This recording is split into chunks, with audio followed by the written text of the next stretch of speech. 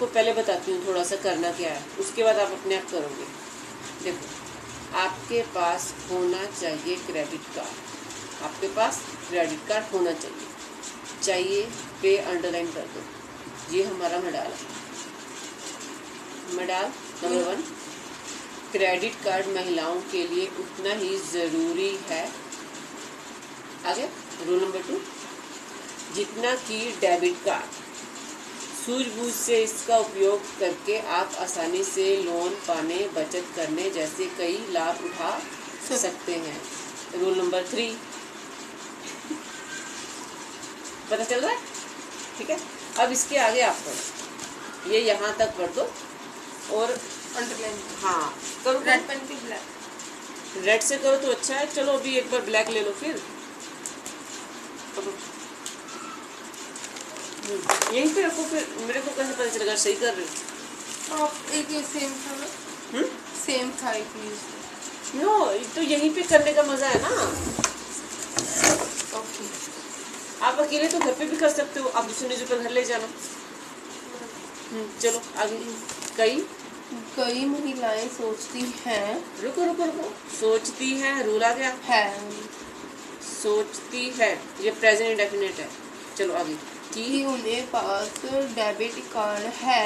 रुको, आ गया rule number 6 है ये। वापस आएंगे फिर बताएंगे, चलो एक बार टिक करते जाओ। इसीलिए उन्हें क्रेडिट कार्ड की आवश्यकता नहीं है। ठीक है। वैसे भी क्रेडिट कार्ड को लेकर एक धारणा है कि धारणा है कि इसका इस्तेमाल केवल खरीदारी के लिए किया जाता है, ये भी एक रूल है। और इसके अतिरिक्त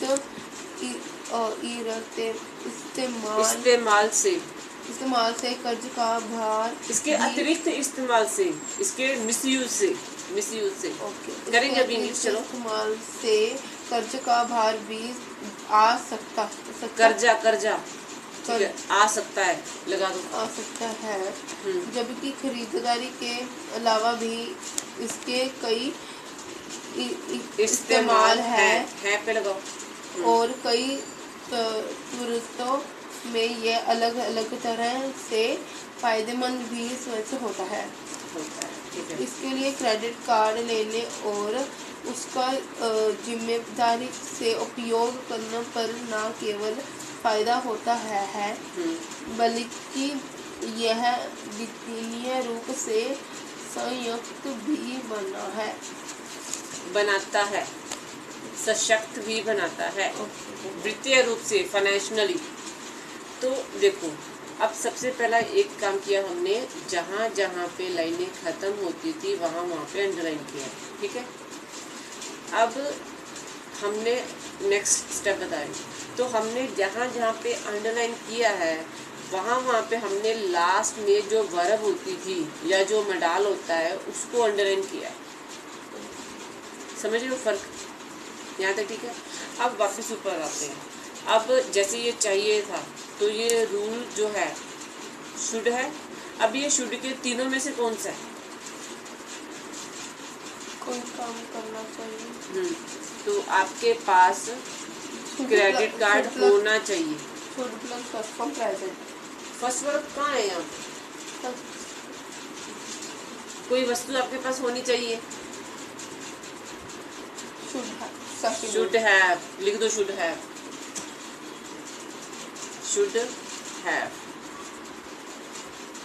हाँ लिखो शुड हैव। चलो अगला। नहीं ये तो शुड हैव ही है। आगे, क्रेडिट कार्ड महिलाओं के लिए उतना ही जरूरी है। नीडेड वाला रूल। तो अब इसमें रुक जाओ। तो अब इसमें जरूरी है आ गया। ठीक है, तो जरूरी आ गया, इसका मतलब ये आपका मस्ट है। ठीक है, लेकिन यहाँ पे मस्ट तब आता अगर कोई वर्ब होती। यहाँ पे वर्ब ही नहीं है, यहाँ पे कोई वर्ब नहीं है, इसलिए अब हम इसको जरूरी को काट के अकेले है से बनाएंगे। अब अकेला है जो है वो मॉडल नंबर कितना है? ये है मॉडल नंबर 6 का कौन सा है? पहला। अब लिख दो is M R, is M R, ठीक है। अब आगे ओके। जितना कि डेबिट कार्ड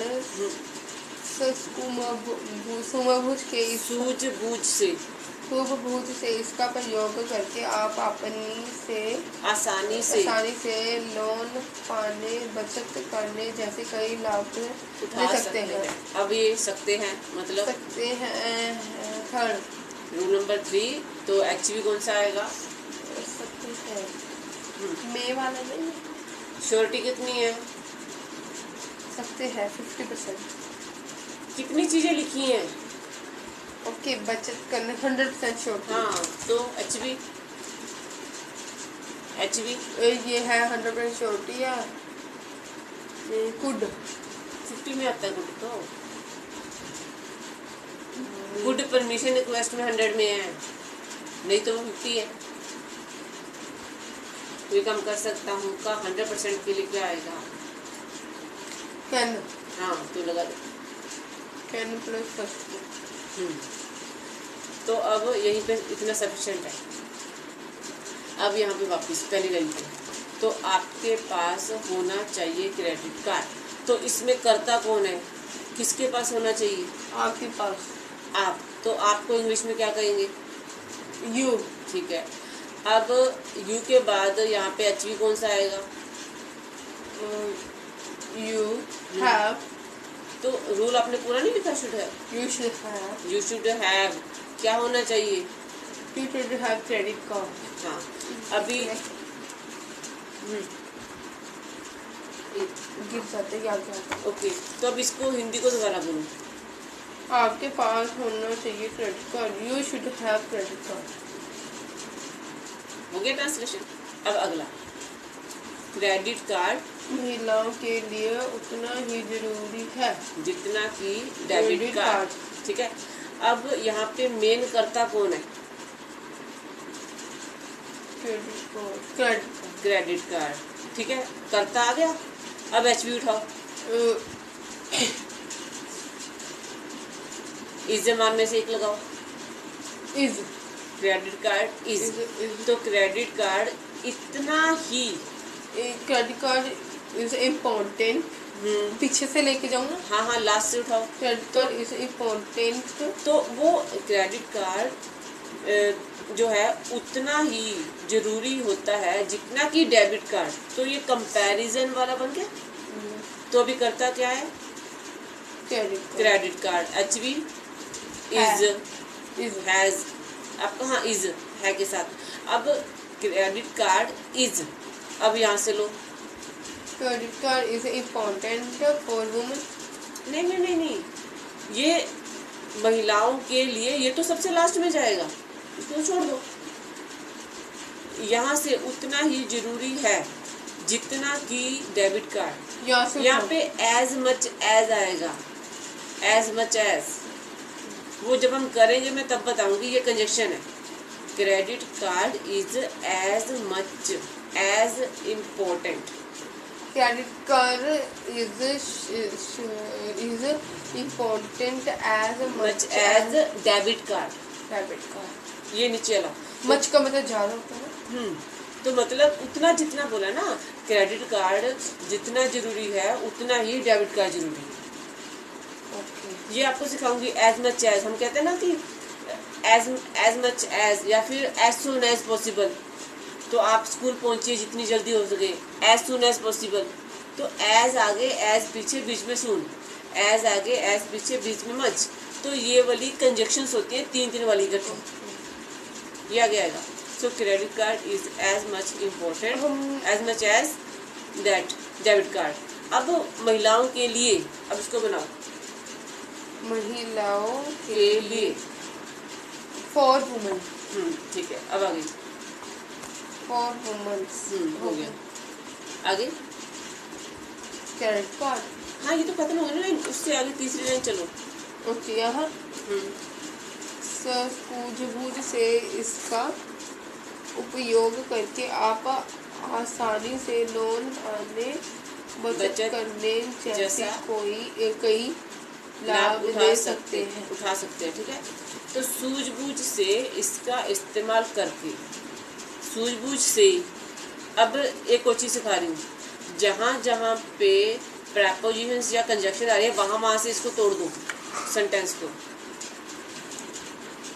हाँ, तो इसमें अब इसको ब्रेक करना सीखो। जैसे सूझबूझ से, यहाँ पे रोक दो, सूझबूझ से इसका उपयोग करके, यहाँ से रोक दो, आप करता ये रहा। ठीक है, सूझबूझ से इसका उपयोग करके, सूझबूझ से मतलब विद अंडरस्टैंडिंग, विद अंडरस्टैंडिंग इसका उपयोग करके।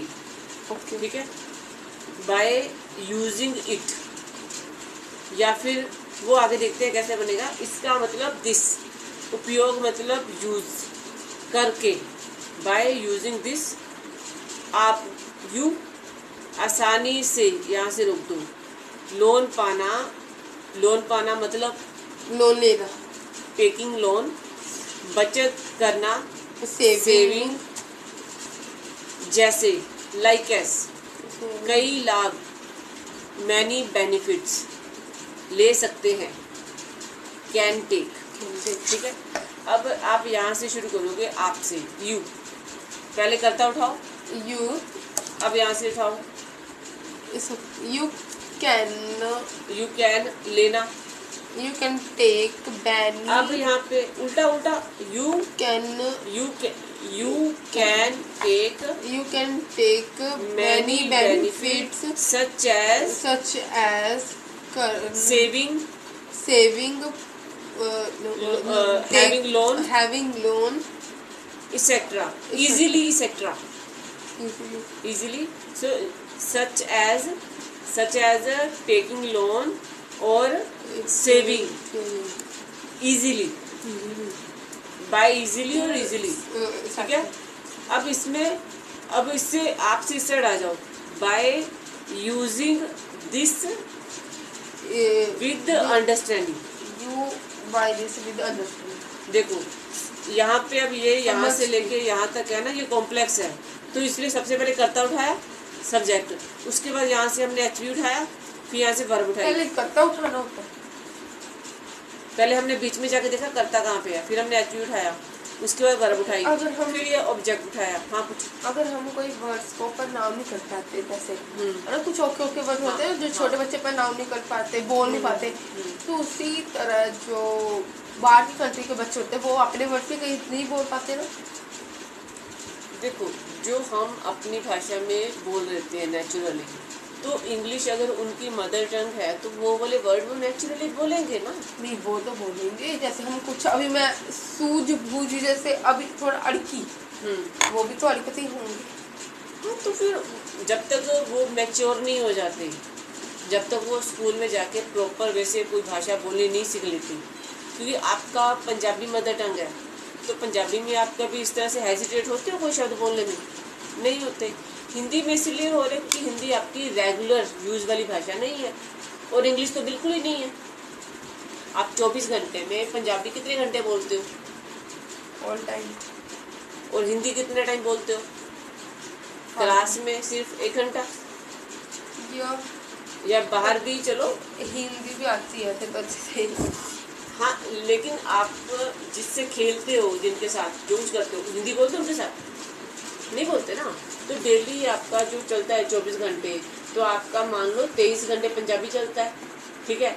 उसमें आप उसके बाद जो आपका ये हिंदी जरूरत पड़ जाए, तो इंग्लिश की तो जरूरत ही नहीं आप करते।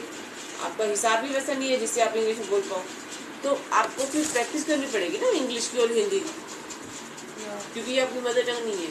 तो उसी तरह से अगर कोई यूएसए में, कनाडा में बर्थ किया है, किसी का बर्थ हुआ है, तो वो इंग्लिश ऐसे ही बोलेगा मदर टंग की तरह नेचुरली, ठीक है। स्कूल में जाएगा तो प्रॉपर वैसे सीखेगा, वो अलग चीज़ है। लेकिन वो हिंदी पंजाबी में तो वैसे ही करेगा ना, दिक्कत, क्योंकि वो उसकी फर्स्ट लैंग्वेज नहीं है। तो कंपैरिजन उसके साथ करें जो हमारे एरिया में ही रह रहा है और नहीं बोल पा रहा हमारी तरह। बाहर वाले के साथ तो कर ही नहीं सकते हम, ठीक है।